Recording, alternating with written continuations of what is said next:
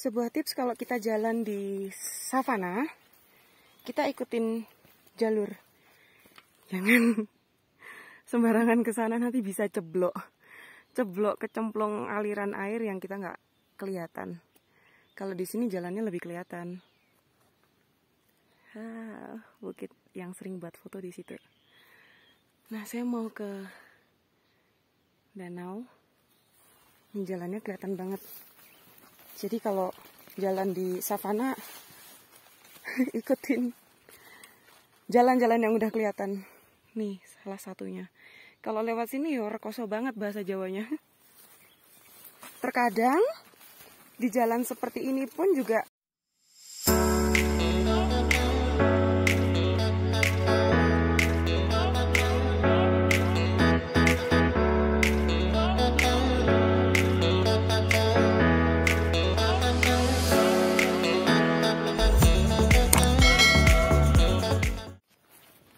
apa nih? Jadi maksud saya tadi adalah ketika kita sudah mengikuti jalan setapak pun kadang juga bisa kena zong. Dalam arti kebetulan jalan setapak itu juga dilalui oleh air. Contohnya kayak video ini yang tanpa sengaja terekam melalui ponsel saya.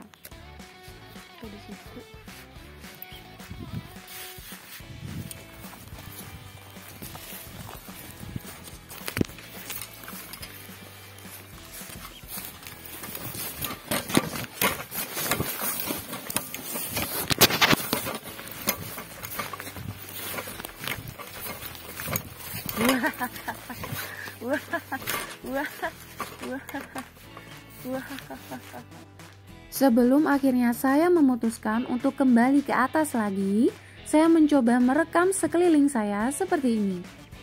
Dan saya juga sempat berpikir bahwa kayaknya sayang juga nih kalau saya nggak bisa sampai ke balik pohon itu. Tapi sepertinya ketika saya memaksa ke sana, rasa-rasanya akan lebih beresiko untuk diri saya sendiri. Setibanya di Jogja, saya mulai mempelajari sekeliling saya yang waktu itu saya kunjungi. Dan wajar aja ketika jalan setapak yang saya lalui itu penuh dengan genangan air. Karena ternyata letak dari Telogos Semurup itu berada di balik pohon. Jadi wajar aja ketika itu bukan lagi jalan setapak, melainkan sudah menjadi jalan air.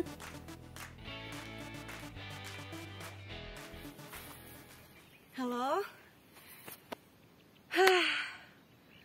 Ini sebenarnya adalah tujuan pertama dan utama saya ketika mengunjungi Dieng. Tapi karena suatu hal, akhirnya ini menjadi tujuan terakhir. Tapi memang ini jadi gong kalau bahasa Jawanya. Jadi penutup serangkaian keinginan saya untuk ke Dieng. Dan alhamdulillah saya akhirnya bisa ke sini lagi untuk yang kedua kalinya. Setelah yang terakhir itu di Desember 2020. Saat ini saya ke sini lagi Maret 2022.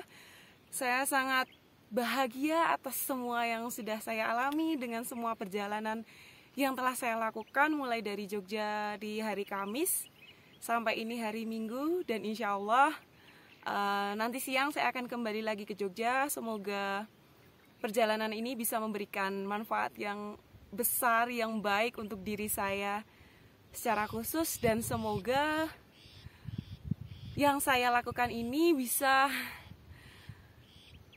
berdampak baik juga kepada teman-teman yang menyaksikannya. Saya berharap bahwa energi positif yang berusaha saya bagikan ini bisa sampai kepada teman-teman semuanya. Tetap sehat, bahagia, dan jangan lupa untuk selalu merasa bersyukur atas semua yang sudah kita miliki.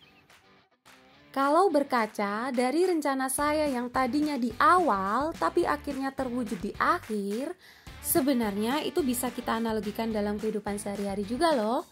Jadi contohnya gini nih, misal ada sesuatu yang sudah kamu anggap baik, sempurna, dan keren, tapi akhirnya tidak terlaksana, itu tuh belum berarti gagal. Tapi bisa aja itu hanya tertunda, atau mungkin aja kita akan mendapatkan ganti yang lebih baik.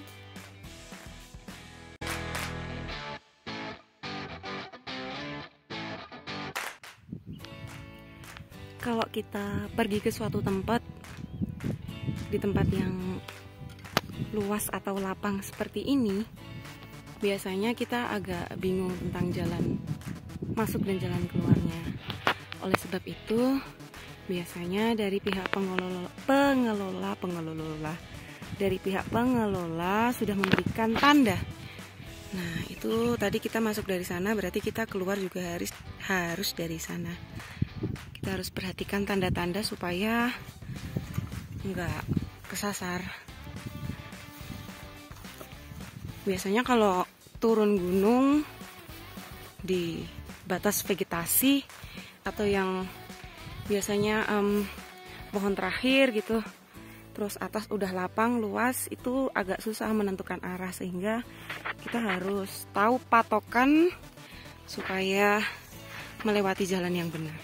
Nah, kebetulan di savana Gunung Pangonan ini ada tanda berupa seperti itu. Sebenarnya itu tulisannya spanduk peringatan gitu sih, tapi itu bisa sebagai penanda juga kalau kita tadi lewatnya situ.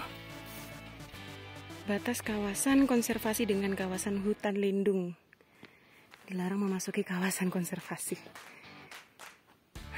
Tolong dijaga ya, jangan sembarangan kita buang-buang yang sebaiknya tidak dibuang di sini. Dan ini adalah pertigaan. Kalau dari datangnya di sana, dan kalau ke kanan ke puncak, kalau ke kiri situ atau lurus ke arah padang savana atau bukit savana.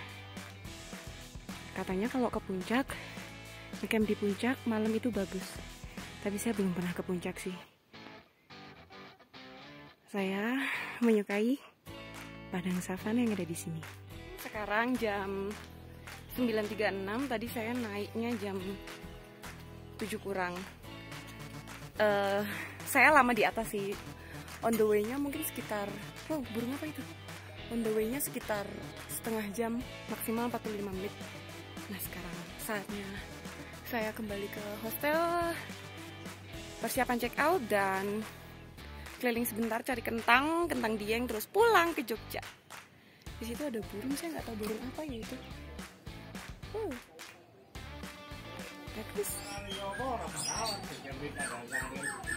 Jadi cuma base camp ini aja ditandatangani gubernur. Oh gitu. Kalau saya yang tanda tangan boleh nggak Pak?